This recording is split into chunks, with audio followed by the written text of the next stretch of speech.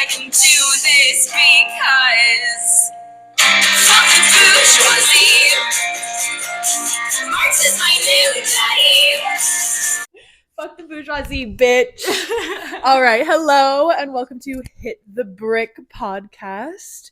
I'm Kira, and I did in fact bully special guest Farrell. Welcome, Hello. Farrell, to the podcast. This is actually Kelsey. I'm not going to call her Farrell. Yes. Do you want me to call you we're Farrell? we're on first name terms. We're on first name basis. We are because we did in fact go to high school, and I was her high school bully. Everybody, Yes. I bullied you probably the most. No. You were my high school friend first. I'm like, damn it. It was friends to bully to friends again. You know what I mean? Like, that's such a good storyline. Start as just bullying, to be clear.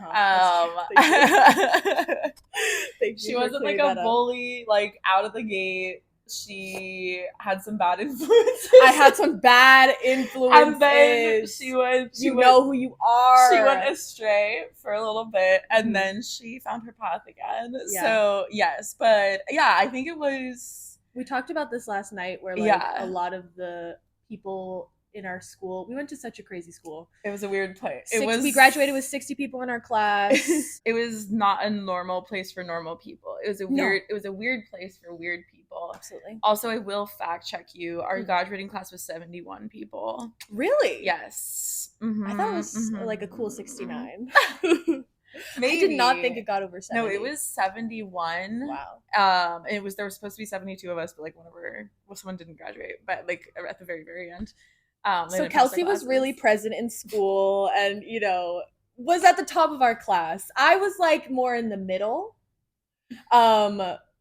But I was not at the top of our class. So Kelsey was a very easy target for me to bully because she was just doing really well. And it's fun to bully people who are doing really well for themselves. They wanted to take me down a peg. Yes, I know, but we wanted to bring you back down to earth. Kelsey was just the smartest girl in our school. And so many people were just so felt inferior. And so when people feel inferior, they like project all of their shit onto you. And like in high school, that fucking sucks. Yeah. So you either are projected onto or you like become the people you're around. Yeah. And like that's how you either sink or you float. And I definitely became the people I was around. And the people I was around loved to bully Kelsey. They loved it. They lived for it. Honestly, it felt like... So then they were like, Kira, do it! And I was like, yeah. Okay, they did seem to get, like, joy out of it. Like, it seemed like it was rewarding. You know what I mean? Like, yeah. No way. That's the only explanation for it going on for, like, an entire year is, like, we gotta keep coming back to this. This is great. Like...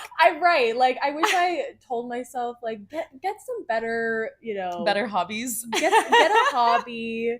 Think of something else that's funny, Yeah. Our hometown really, we were also just saying this, lacked a lot of just, like, lightheartedness. Yeah. And just whimsy, fun. Like, it doesn't have to be that deep, Like, I implore you to listen to her EP album. Is it an EP or an album? I call it an album, although I concede it's relatively short for an album because it's 9 tracks. Right. But I say it's an album. I think it is. It's a full-fledged story about what happened to her senior year and what I did to her senior year, and also, what else is it about? It's not just about me. Yeah, I mean, basically, it's like a coming of age album, I would say, in like the sense that I wrote it between the ages 17 and 19, and so it was basically about the end of high school and all that came with the end of high school. So the fact of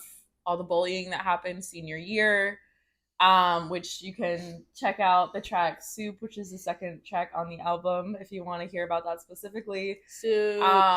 And then it was also about the relationship with my high school boyfriend coming to an end and contending with all of like the lessons that taught me. So it was like very much like a heartbreak album in a sense as well, and so good, so before your time, before Olivia Rodrigo was Rodrigoing. Like you were putting out the punk girl like scream Fuck the Bourgeoisie, which is Yes. another song that has 1 million streams on fucking Spotify. Yes, this is true. Yeah. Fuck the Bourgeoisie, which is such a banger. But yeah, you can stream that one as well. That's on the album. And it's also like it's the song that like took off and like found an audience, you know. And then I think people through that song started to listen to some of the others as well. But yeah, like the funny thing is Soup also went viral on TikTok. It just did not it didn't get onto Discover Weekly. So the thing about Fuck the Bourgeoisie is it went viral on TikTok. A lot of people listened to it on their own, but algorithmically, because so many people were listening to it and adding it to playlists, that's how it got on Discover Weekly. And so then that reached like a whole bunch of other listeners that way. Yeah. There's like a handful of songs on the album that are not about my ex and that are not about high school and that are actually about the beginning of college, that freshman year of college, and just kind of like, you know, trying to make a connection with anybody and like all those attempts to make connections failing. And so that's Argentina and But I Like You are both about just two different guys that I like was briefly affiliated with like in college. And so yeah, that's why I also say it's a coming of age album. Putting out an album that quickly, like about also like where you were in life in 2018, like talking about going to college for the first time in 2017, like is pretty amazing. Like you were really like that in high school. You were like, if I have a homework assignment, I'm doing it right now. Like I'm not gonna like I'm gonna have like why would I put myself at a disadvantage and like not work on it constantly until the moment it's due. And that's obviously so smart of you to like practice and hone that sort of skill in high school, because you were able then to put out such a like well-rounded, well thought out, organized portfolio pretty early, very early, and accomplish a viral stream also pretty early, which is insane. I see like that time when I was writing that music and recording that music is almost like the beginning of me contending with all of my like negative experiences and processing all of like the pain, right? It felt like the first time you were really doing now that I think it was like the start of me like confronting all of those experiences and stuff.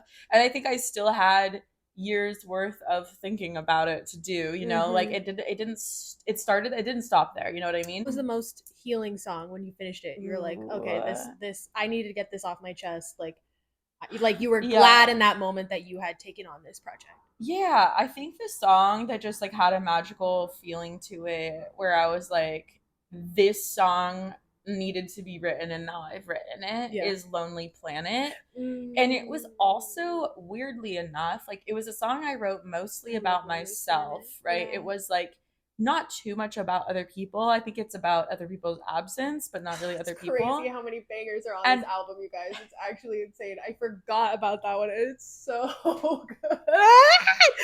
God, I'm her number one fan. I need everyone to know I went from friend to ex-friend to bully to number one fan. Like, it's actually the craziest pipeline ever. I basically won you back with that album. Absolutely. I didn't win my ex back, but I won Kira back. I listened to it. I was like, and partially because I'm fucked up and narcissistic, I was like, you wrote a song about, there's a diss track about me?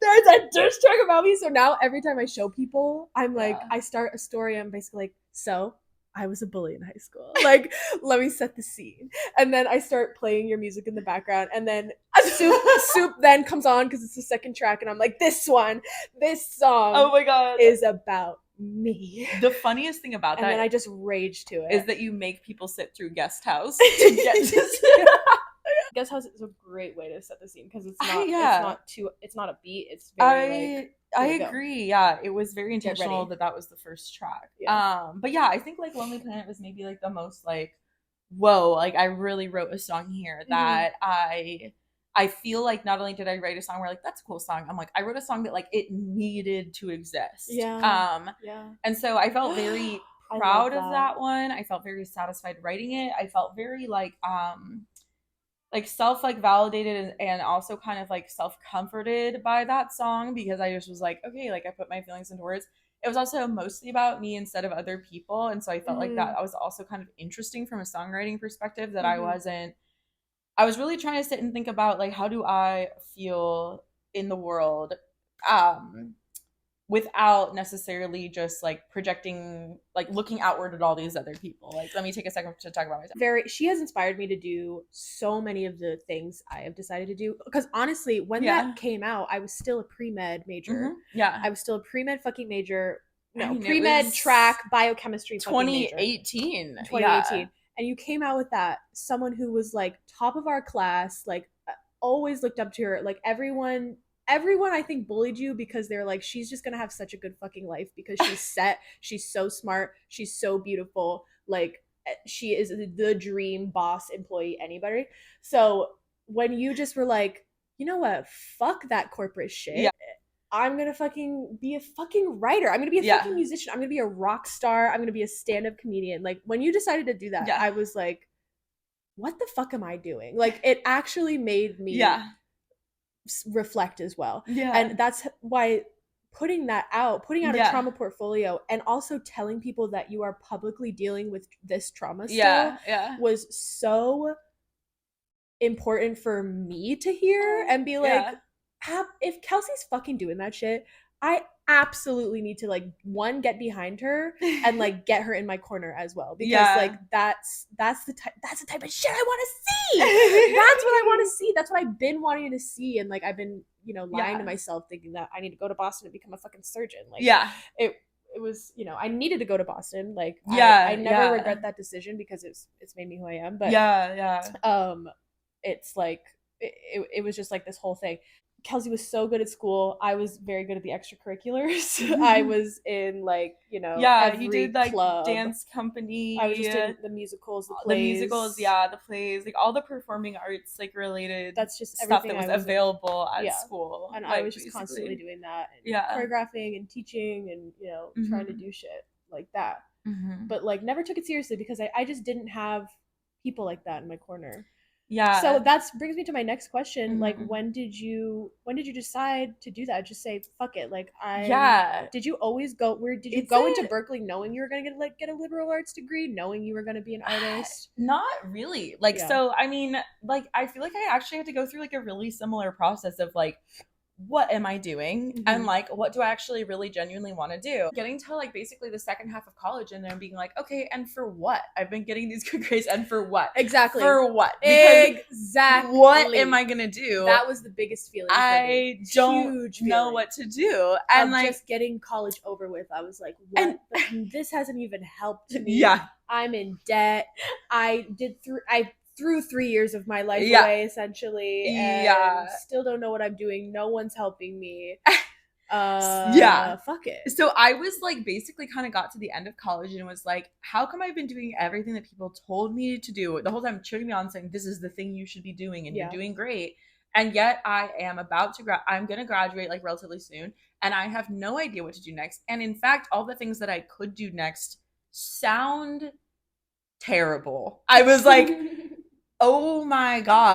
If you kind of dig into them a little bit, they very quickly are like, that's not actually as good of an option as you think it is. Like, and I'd interned for like nonprofits and stuff. Like, I'd done some amount of work. Nonprofit is like the most vague thing for me to ever understand. Nonprofit industrial complex, dude. They are like, they're vague as fuck. They're also just like, it's just a facet of neoliberalism. I feel like, yes. It's just like sort of like, oh, let's separate all of the things that the government could be doing into privatized organizations that have no oversight and no obligation for transparency. I honestly, when I was sort of like interning with a nonprofit, I felt very uncomfortable the whole time because I was like, we're not doing shit for anybody. We are pretending. Speak on it, sis. It felt so uncomfortable that I was like, I was like, okay, like I'm done. I'm not going to graduate and go work for one of these places because like this doesn't feel tangible. Whatever I am doing, I cannot fall into the trap where I am basically making the world a worse place, or I am just sort of like profiting from other people's suffering. I don't want to end up in a profession where that is essentially what I am doing. And so, because fuck the bourgeoisie. Exactly. Stream it now. The process of going from lyrics to a produced album, like what do you wish you did differently? Like what did you kind of like learn from that process? I wish I could go back in time and just write like better harmonies for things, because there's some songs where I'm listening to it and I'm like, that's not even a harmony. Like, what am I doing? Like, you know what I mean? So I think the harmonies is a big one. And other than that, I think just like I went into it not really having like the vocabulary for articulating what I wanted from other instruments, for example. So yeah, that's such a good point. That's such when a good you point. don't play the drums, it's really hard to be like, yeah, I want drums and I want them to sound like this, this, this, and this. Yeah. Because I don't even know the words I'm supposed to say to describe that. Right. Can I get a yeah. It took me like a couple years, but then I was like, whoa, like why did I make that song so long or whatever? You know, there's just like things where I was like, I didn't need to have those that be that long. But it's also it's just also I love it's such a point in time of like this is really just me processing my trauma, and this is how I process this trauma. I will say, like, I think it is such a time capsule though of like exactly who I was at that time, exactly how I was feeling at that time. And so in a way I kind of like that it's not edited and it's not necessarily, it is kind of like you can see that there's like songwriting choices that are made that are kind of like a bit on the amateur songwriter side of things, where it's like, no, I wouldn't write a song that long today, you know what I mean? But at the time, that's what I wanted to do. And so it's an authentic like representation of me and what I wanted at that time. So there's things where it's like I've learned to change my songwriting a little bit. I've learned to be a better editor. I've learned to be better at articulating what I want when I'm collaborating. And I have, you know, like developed as a songwriter where I write differently now, I record differently now, but all that to say, I wouldn't go back and change how I did the first album, because I want us to kind of go back to our high school days and kind of, you know, talk about what we wished we maybe had done differently in high school. Yeah, I mean, I wish more than anything, just my number one thing is I wish I discovered my sense of humor earlier. I don't think I was completely You were fun. No, you were funny. You were funny. I was thinking about you in high school. I wouldn't have been your friend if I literally bullied you. I wouldn't have been, you know, we wouldn't have made up if I didn't think you like were a funny person. Like what was I gonna do? Just like suddenly be your friend? Like no, like you had to bring something to the table, and to the table you did bring humor pretty regularly. It was just like it just wasn't the normal humor. You know? But it was absolutely so ahead funny. of my time. No, very ahead of your time. But I think like looking back though, I do think I took like everything way too seriously though. Like I mean, I it's weird because I do have random memories of like having a sense of humor or being funny, but then I also have like a lot of memories of just being like, you know, oh my gosh, I gotta be really, really serious about everything. A lot of memories of just like other people laughing and joking and having a good time, and me just being like not engaging with it, like not allowing myself to even like just have a giggle, you know, like so I think that's one of the things I would have done differently. And I also think like more confidence in dealing with people who were treating me poorly. There is no reason why they had to be that much of a dick to me, you know. And this is like, this goes beyond, you can say you. No, this goes beyond just like senior year and all the like isolated kind of like circumstances of senior year that led to the things. But like even earlier, like 8th grade, I feel like we have to share a little ditty about it because it's kind of insane. Keep listening. We will be sharing a little bit about this, okay? Just keep listening. But like there was so many boys in our grade who made me feel like shit for basically just being in class and being like, hey, can you asking the teacher to explain things to me. They were always like, oh, Kelsey is raising her hand, guys. Like literally they would do that. Would do that. There was a boy, you know who I'm talking about, who literally like would volunteer to pass back papers in class, like the people like return people's homeworks to them, and he would drop mine on the floor in front of me, so I would have to bend down to pick it up instead of just handing it to me like a fucking person. Oh my god. And looking back, I would just bend down and pick it up, and I remember being like, well, I'm not gonna make a fuss about it, he already doesn't like me, so I'm just gonna act like it doesn't bother me. And I'm like, I wish I had the confidence to be like, don't drop my paper on the ground. Right. What a Hand it to me. For me, I think like I would have just because I was really burnt out once I got to college. Like the definition of a depressed, burnt out Me too. person. Which I just wasn't like a finisher, final polished grade. I didn't really care about them because like I didn't have anyone in my life really showing me they cared. Yeah. So like they cared to some degree. So I was just like, okay, like I'll get above a, I'll get above a certain GPA and keep it there. But I'm not gonna, like push myself too hard because, what am I gonna get? If I'm not gonna get anything, then what's the point? Yeah. So I kind of wish like I figured out how to, I don't know, like do things just for myself. Yeah. And like because I was doing that for the majority of high school, but then I thought that like, oh, it's college when you have to seriously take everything together. Like you have to drop everything that you really loved and focus on something to make money and start a career and start your life, and then everything will be okay if you just start a career and start your life, because then you can do all the creative stuff after, once you have a good paying job. That's like also last one. What would you do the exact same? What would I do the same? I think my level of discipline is something that paid off, and a lot of people were kind of like, why are you working so hard? Don't do that. And I don't regret it.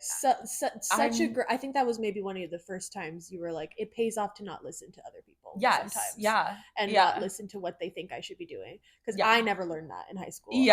Because my parents were not involved, I allowed other people, like my social sphere, to raise me. Almost. And like, I was really because you're looking for guidance at that age, right? I'm really glad I approached school with the discipline that I did, because like it wasn't always fun, and it was very stressful sometimes, but like, oh my god, you know what, I'm so sorry. I didn't say I would not bully you. I didn't. What do I wish I did differently? The first thing I said was not that I wish I didn't bully you. And maybe that's crazy. But I'm thinking like you had to suffer for the art. You had to suffer for it. All worked one out. of my favorite albums of all time. Like I had to do that shit to you, and I'm so sorry. I didn't say I wish I did that to you. I mean, it's okay though, because Kira, I guess I don't. I guess I would be alive. But at the same time, like so many other people were bullying me too. That like I feel like we could have taken it down from 16 people to 15 people, and it would have been fine if you sat that one out, But wait, back to my thing though. I'm glad I was as. It's okay.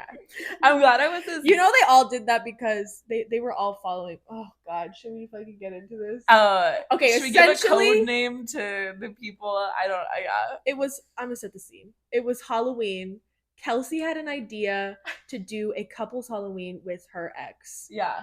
Where they're wearing a themed shirt. It was just a couple's costume. And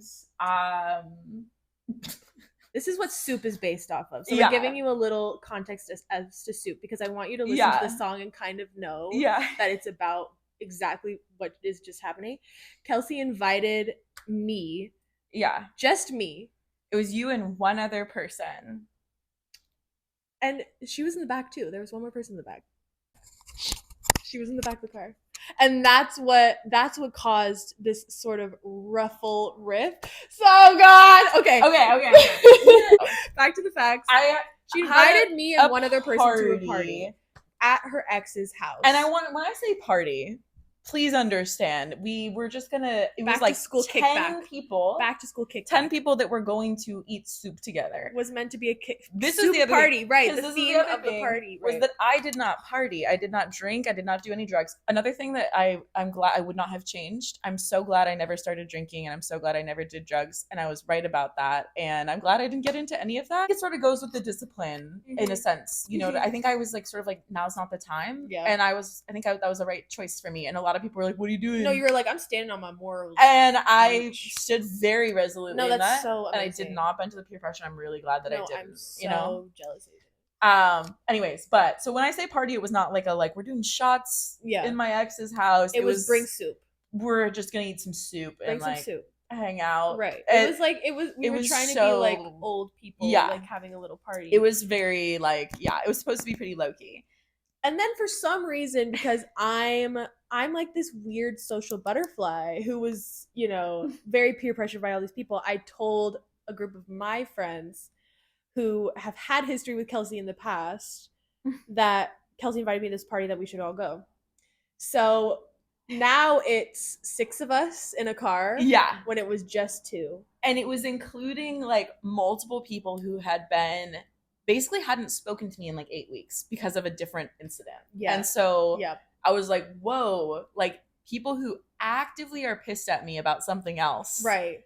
I was are carpooling together here. In my head, in my head, looking back, I was like, this is a perfect time to smooth things over. Like, and to be honest, thought that. I literally thought I that. would have loved if that's what had happened. Yeah. You know? And I actually thought the same thing because that was part of why I invited you in the first place, was because we had tension over it. Exactly. And I was like, I want to like resolve that tension. So I'm going to invite Kira to this thing. Right. And when you did that, I genuinely was like, oh, I love that. But what I didn't realize is that all of my friends, they weren't telling me the truth. Like in their head, they're like, oh God, like Kelsey, rah, rah, rah. Like having their weird things. They had their own. They were all thinking intentions. Something. Yeah. And then that's how they all manipulated me. Yeah. To get mad about what went down. So what went down is we weren't allowed to come into the party. That's really just it. And to be honest, it was mostly my ex was like, wait, why? It wasn't even a party. Yeah, he was like, you said like you were just gonna invite like 2 more people. Like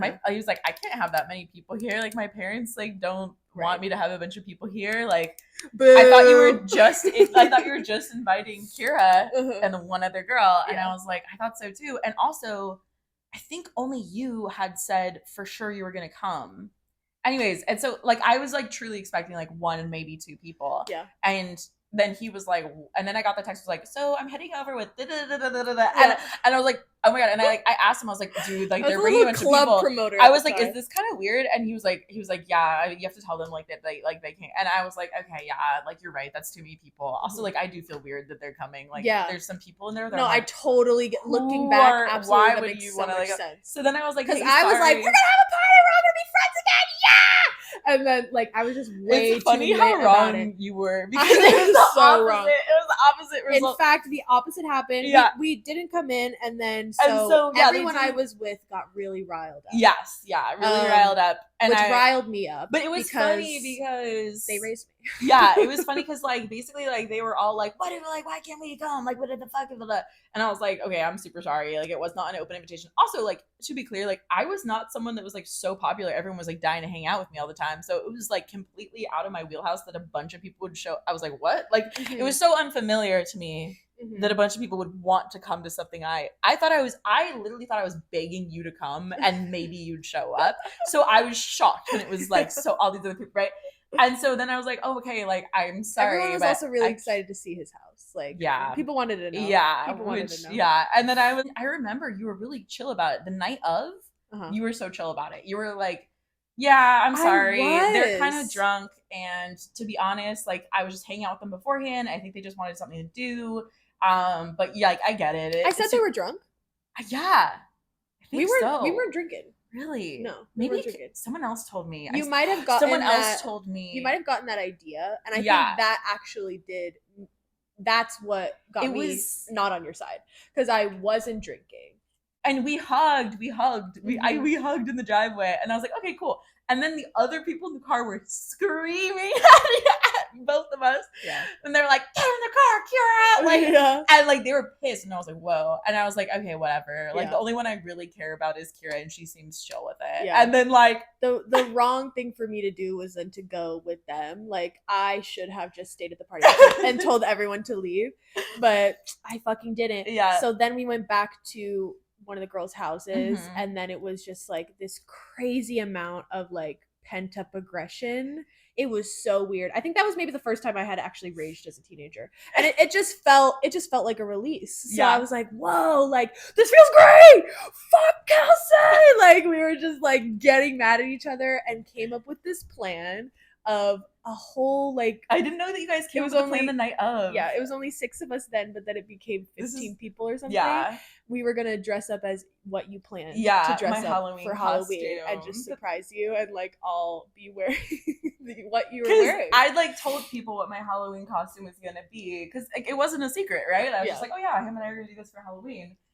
And then like, yeah, I showed up the day of, and it was so funny of us. It was literally like a group of people standing in a circle, like looking over, like laughing at me. And I was confused at first because I didn't realize exactly what was going on. Like, and then like you and another girl that was like involved, we were walking into the English class that we were in, that elective class. And we were walking up the ramp of the portable, and I just remember, it was so, like, it's hilarious to me now, because I'm like, this is such a fucking drama kid thing to do. Like, I was like, it was like, thespian energy. Like, you guys walked up to me together, like, in a pair, and then, like, looked at me, and then, like, the girl was like, oh, look, Kelsey, we're twins. And you guys, like, marched away, and I was like, that was thespian energy. Like, you fucking theater kid. You fucking theater kid. Like, I was so theater kid of her. Yeah. And anyways, that's when I was like, oh, they're like, did this to be mean. And then we got into the classroom, and then remember, I hate that I'm laughing. It's so fucked up. It's so fucked up. There was this kid in our grade who was a total sweetheart, a nice guy. And he like literally was like looking at you, looking at me, and he was like, wait, did they just like do this to be mean to you? He said that out loud. He said it out loud. And then like you and the girl kind of like just, I guess you like didn't know how to own it, or maybe because the teacher was there, you didn't like know what to say. And so you just kind of like sat there like kind of like quietly or whatever. And I was like, I think so. And he was like, that's like messed up. Like he like looks at you, looks at me, he's like, that's like messed up.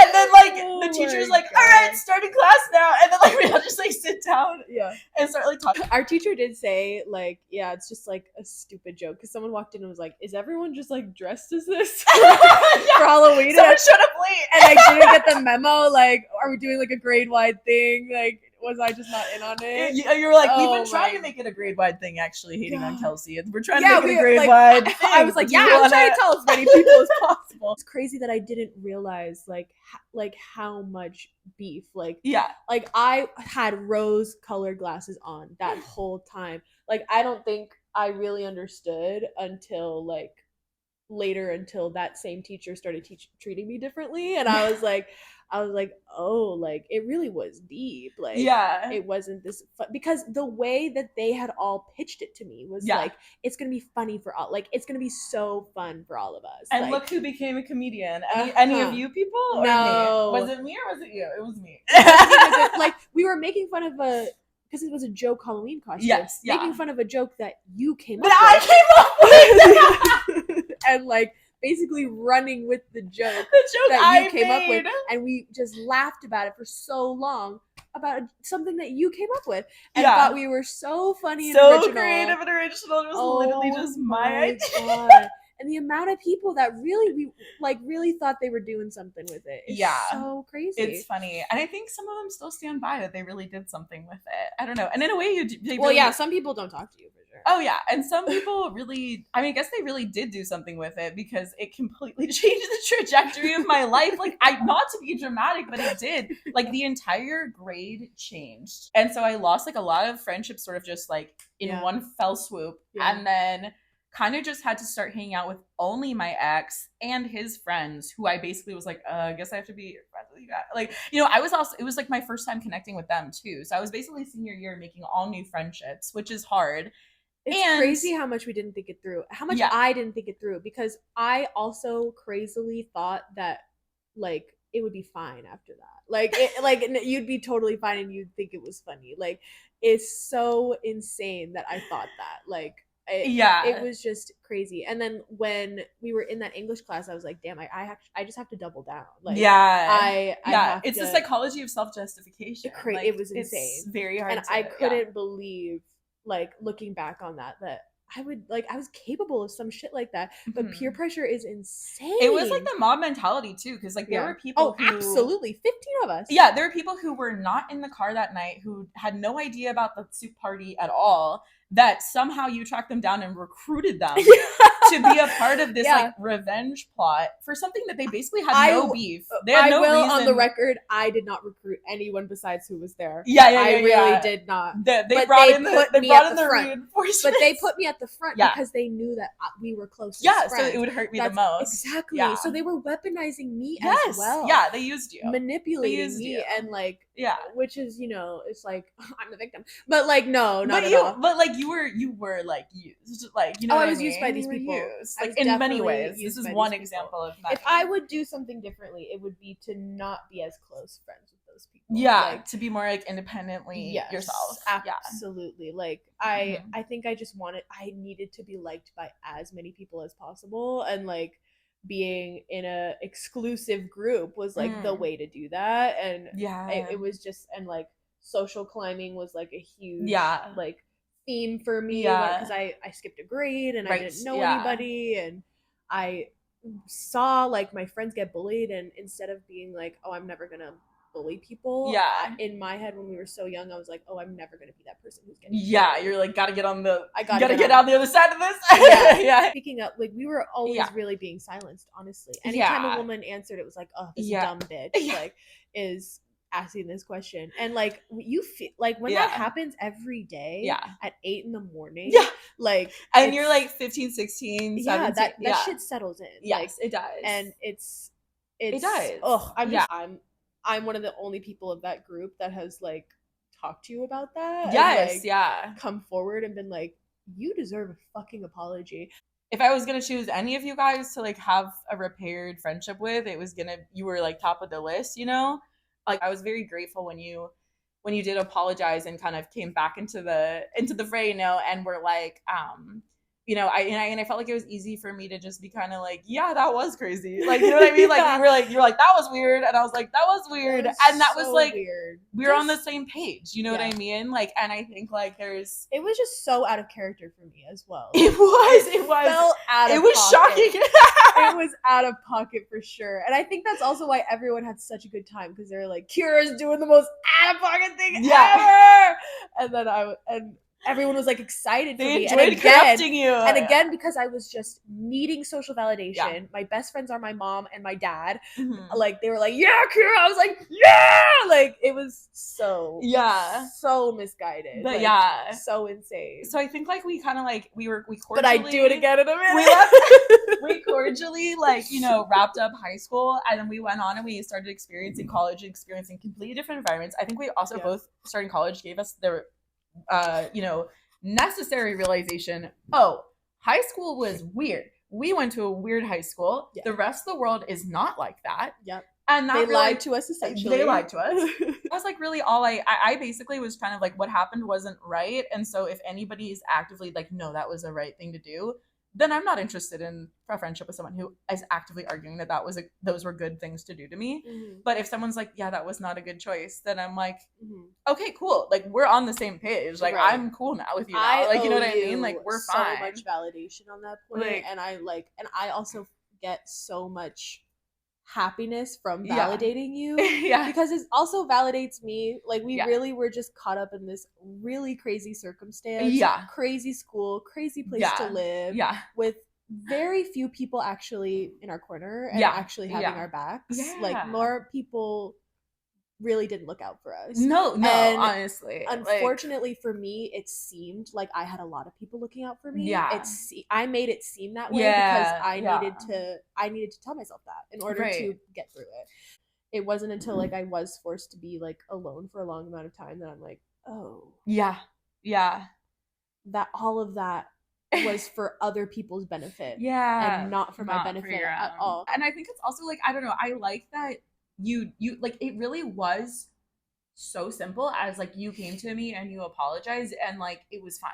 Like you know what I mean? Like it was so fun. I feel like, and then it was like the best our relationship had ever been. I know, honestly. Right? Like I was like, wow, I can just be and I feel like we had both like it was sort of those things where it was like there was so much tension. It was like, how will we ever fix it or something? Like if you could maybe think like it's just too far gone. Yeah. It literally was as simple as just like directly being like, that was weird, I'm sorry about that. And then like we were fine. And like I feel like that's like the other thing is that like the perception maybe in some of the people who still the power of taking responsibility. Yeah, the people who still stand by their actions, or the people who still are just kind of like, oh, the bridges burned with Kelsey over all of that. It's just kind of like, that's how you're I knew you're to making reach it out. a bigger deal than I would have made it. You know what I mean? Like, that's how I knew to reach out, because some of the people who we are talking about, were responding to the trauma portfolio. Like, you put it out, and you know, we were estranged.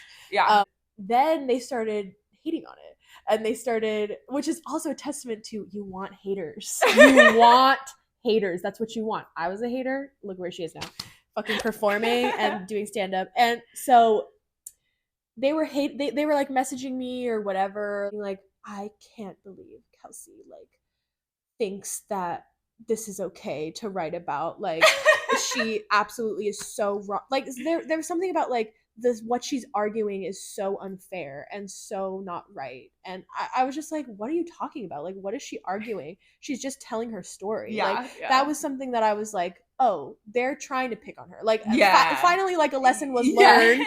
I was like, ooh, ding, ding, ding. Like, they're not actually listening to the music or giving her any ounce of respect for what she's created. It doesn't have just because it has to do with them. Like, barely. Like, Soup maybe is about us, but then the rest is not. The rest is not. And when I heard Soup, like, I was alone, thank God. And I just fucking, like, we were all narcissists. That's the thing. But their narcissistic choice was to be like, I can't believe she's so wrong. She thinks she's right, but like, we were right. And that was their narcissistic choice. My narcissistic choice was to be like, am I the drama? Am I the drama? Did I inspire this? I did. Let me now listen to what I inspired. Yeah. That's kind of fucked up. Like, that's kind of fucked up. It wasn't like, oh my God, I was so fucked up. I have so much shame and like, blah, blah. Honestly, it taught me a really important lesson that like you can look on past mistakes and not just beat yourself up. Like, the choices aren't either beat yourself up or beat up the other person. Those don't have to be the only choices. This, like, false dichotomy. No, it can be like, I was pretty fucked up. Like, you have to take yourself out of it real quick and then be like, we were fucking kids. This is ridiculous. It was different times. Like, it's, you know, and that's like the thing is, like, my hope would be that people can hear that song or hear the jokes I've like written about them and then be like, it is funny that like that's the hill I wanted to die on when I was 17. If I were them, I would be like relieved. You know what I mean? Like, because I was relieved, because it's kind of like, oh, for all the shitty things I did, at least she did something cool with that. Like, I don't know. That's so exactly how I felt. Yeah. So I guess almost like that's sort of like what is interesting about it to me. And I also think for me, it's kind of like, okay, like, the fact that like that this is the hill you want to die on, and you're like, this thing is still so important to me. I'm gonna stand by these choices when I was 17 and say that this was the right thing to do. And it's like they completely sacrificed our friendship for that statement, basically. Like, the declaration of like, no, that was the right thing to do is like they basically were like, I would rather not have any sort of friendship with Kelsey and get to be right then like think about this just like for 5 seconds. Like, my God. Which, to be honest, tells me all I need to know, especially with some of these like sort of other factors that were going on in it, which was like the incident at the start of the school year where knowing when to admit you're wrong is such a I basically at the start of the year I like called out a guy for inappropriate behavior, and then other people were like, what's wrong with you for doing that? And that's also the kind of thing where it's like you're choosing that dude that you're not even friends with over like me, who you've been friends with for like 6 years. Like, you would rather defend his actions than like, you know, I don't know. I do think it's funny though that all of them were like involved in my club at the time, Feminist Coalition. And then they all quit when they started having beef with me, which was really funny to me. I always thought that was hilarious. I was like, good self-awareness. We did. You were like, maybe we're not feminists. And I was like, yeah, that's probably the case. Like, Yeah, like, I did not know what being a feminist was. yeah, which really like, I didn't. mean, that's like a whole, but anyways, No so idea. I don't know. I think like for me, it's just kind of like, I look back at the time and I'm like, we were literally in high school. So I'm gonna write like a song about it. It sucked for me. Like that's the truth. That's the reality of the experience. Like, and like I say, I don't know if they've ever sat and thought about the fact that I lost all of my friends senior year and had to remake all new friends. Right. I don't know if they ever sat and thought about the fact that like some of them knew that my home life was like, and that I really relied on school to be like my sanctuary and like from home, and then that was also taken from me senior year. They've had all their life experiences. That was so cruel. You know, they've gone out, they've had all their life experiences. I assume they've learned some hard lessons in the past 5 years. Like life cannot be all perfect for everybody. I assume they've gone through their own things, they've come to their own conclusions, they've had their own traumas to contend with, you know. And I think that like it sounds maybe like corny or like cliche, but it's like I wish them the best, and I believe that the best for them would include eventually realizing some different conclusions about all of this. Oh yeah. Oh, like as a final point, you know, like the fact that they're still bent out of shape about the song, right, is this sort of like, okay, like I remember you told me, you were like, oh yeah, I saw them, and like guess what, like they were acting so weird about it, like so to this day. And it's like, I mean, first of all, I can't support her. When have you supported me in the last 8 years? Like I already know you're not like, it's not some grand statement to be like I can't support her. Like you haven't been supportive, so like you actually like, never supported anyone so in your like, life. it's not like, oh, like, do you know what that means? What's gonna happen? The person who already didn't support me still doesn't support me. Like, whatever will I do? I mean, like, first of all, that's just a hilarious way to phrase it. But second of all, like, when you told me about that, you're like, oh yeah, I saw them. They're still like acting weird about the song, like da da da da. And some points they'd bring it up, and I didn't bring it up. Yeah. Like, then you were also getting pretty popular on TikTok at the time. Yes. So it was like, I came across Kelsey's on my TikTok and can't believe that she said about me. Like, and some of them have liked my videos. Have I ever told you that? Anyways, we have to talk about that after. Yeah, but so the thing is though, like, you know, you told me that you're like, okay, like I saw them, they're still weird about the song, dude. Yeah, of course. Then I went home and I wrote Tickets at the Door, which is my most recent single. Right. So right. like, thank you. You just gave me another song. Like, you know exactly. what I mean? Like, you don't realize like, what you're doing. You don't realize that you're kind continuing of, to do some, like, yeah. This is what's happening. You're insecure about Kelsey outing you essentially and like talking shit about you on a song that, you know, no one you really know is gonna, it doesn't fucking matter. You know, like, but you're worried about it. So that's an insecurity of yours. So instead of apologizing and owning up and taking responsibility for something so that this insecurity doesn't come true, you're doing the opposite so that insecurity does in fact continue to happen. You're continuing to give you content and like like shit. And that's why having haters is a really important part of making good art, I think. I think so too. Yeah.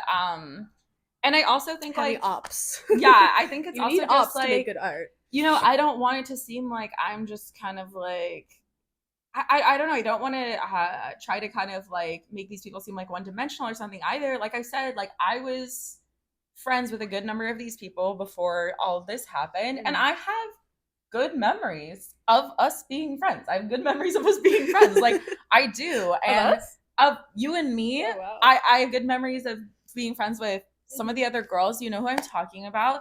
Going to their houses, like having sleepovers, hanging out with them like in study hall, having the same 6th period free period, like, you know, and feeling like genuine connection. And there are moments in my life I look back from earlier years, junior year, like sophomore year, at that high school, whereas like this person was actually there for me during XYZ thing, the other things that happened in high school. And I am grateful for that. And like I feel like that's part of why it's painful to me that things have ended up how they have ended up, because people give you real reasons to love them. Like that's why you expect better of them in the first place. And so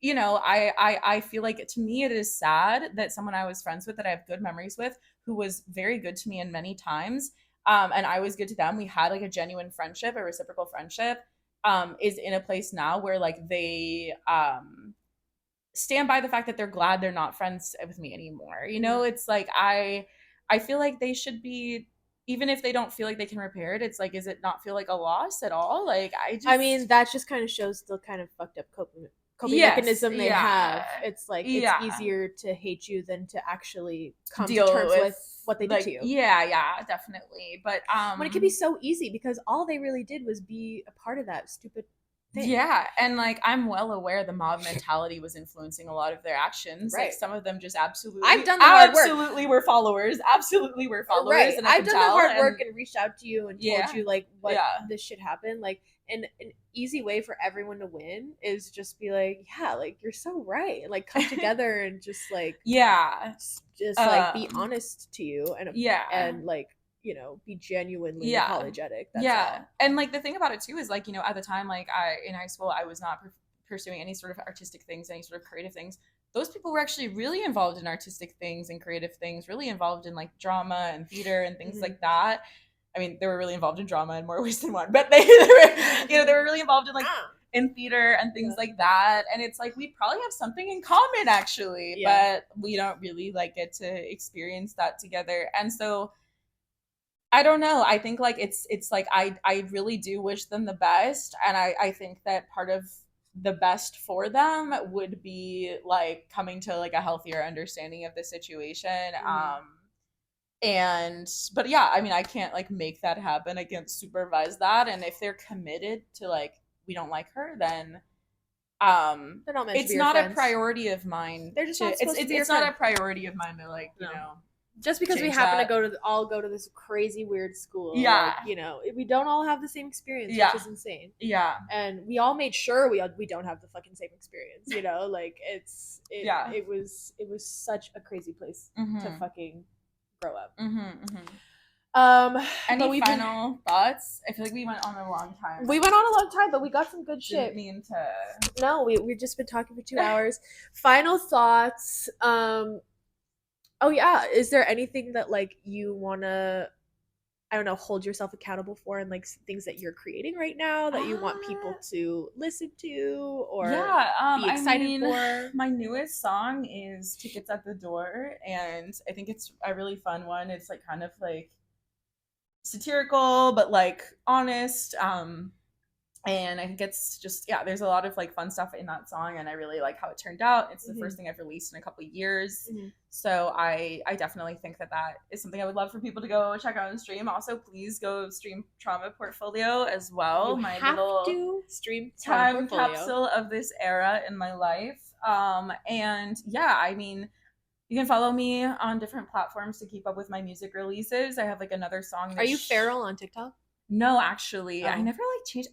I never like changed my username, and I was like, should I? Anyways, but I'm kelseferr on all the platforms. Gotcha. But yeah, I'll write it. Yeah, Here. I should have another song coming out in June, and I also I don't know. What's the song in June? Oxytocin. Oxytocin's coming out in June. Yes. And I can't believe I've heard it. See, this is what you get when you make friends with your, you know, old victims of your bullying. You get to hear their shit songs ahead of time. firsthand. Like so Oxytocin's come out in June, and then other than that, like my creative stuff that I am working on, it's kind of I have a few projects going on. Like I have a documentary that I made called Documentary, which is about the feral donkeys of the Inland Empire. It's not publicly available yet, but like we're working on it. I've never made a film before this film, so it's a very like new thing for me. I'm like learning a bunch of new things about it. Did you? This could be a whole other podcast topic because we both do so many different things. We both do music. Yes, I've been doing comedy recently and writing and then filmmaking as well. We've also both done. But I just want to ask this quick question. Did you write down that dialogue? did you have, like, was it almost like a stand-up comedy set when you were like interviewing people, or? So I prepared my questions ahead of time. Yeah. I had a list of questions I was going to ask, but my kind of banter in between is based on their responses, so that had to be like improvised. Yeah. Nice. Drama came in handy then. Yeah, I guess so. Finally, that was my favorite part about drama, was just doing the improv games. Yeah, I just liked that shit. But anyway, so like, yeah, I have like documentary is sort of an active project. You can follow me for updates on that as well. And then also my stand-up comedy, like I do mics in the Inland Empire and stuff, and we're doing one today. I'm doing one here in New York.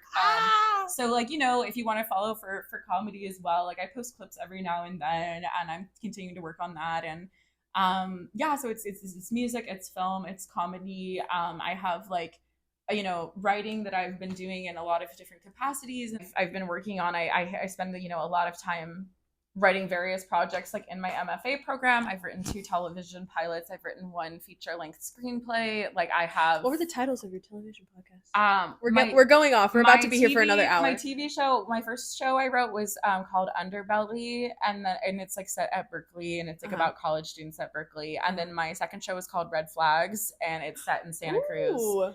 And it's like some 20s, like late 20s. People in their late 20s in Santa Cruz is like the premise of that one in like the most like general terms. My screenplay, I would love to read these. My screenplay is called Discard Pile, and it's about like a girl living in Philadelphia, and kind of like about like isolation, and she's like working at like a library, and there's kind of like a whole sort of like odyssey of failed connections, basically, is like what I call it. And yeah, so I have a show as well. That's a screenplay. It's like a feature length. It's like a 90-minute like movie would be the idea if it ever were to be. But I am losing my mind right now. So talented, it hurts my face. Whether any of those screenplays will end up on any sort of screen they ever, will. I don't. They will. You just have to you have to know. All you have to know is the right person, and they will find someone to buy those fucking shits for $1 million. And I want a commission. But yeah, so basically all that to say, like I've been working on a lot of different projects, and they're in various stages, right? Yeah. Written development, something is out there publicly available. But yeah, like follow me and you can keep up to date with things. And I'm sure there's things that won't be out for several years. I'm sure there's other things that will be out in a few months. But all the different things I've been cooking up, like I hope they all eventually do see the light of day. And I'd love for you to. And Kelsey's actually going to play us out.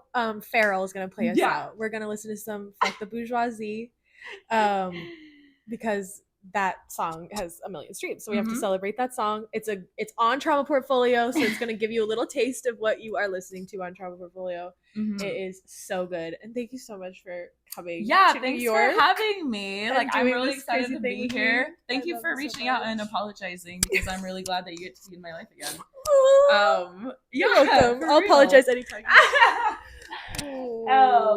And like also just like it's like great to be here, and it's great to like you are exploring all your different like creative ideas and like dreams as well. And I love having you here. I like you're recharging my creative battery. I need it. You'll watch the first episode and you'll be like, damn, she's down. So thank you for refreshing me. Go find a friend who refreshes you. It might be someone who you bullied. So think about that. Think about that. Tell me about all the people you bullied in the comments and we'll talk about it. So all that to say, you can recover from being a bully. And, I'm proof. And you can. I'm totally happy right now. You can find. I'm totally in a good place. You can find the courage to follow your dreams. And I hope that's totally following my dreams right now. Do this because fuck the bourgeoisie.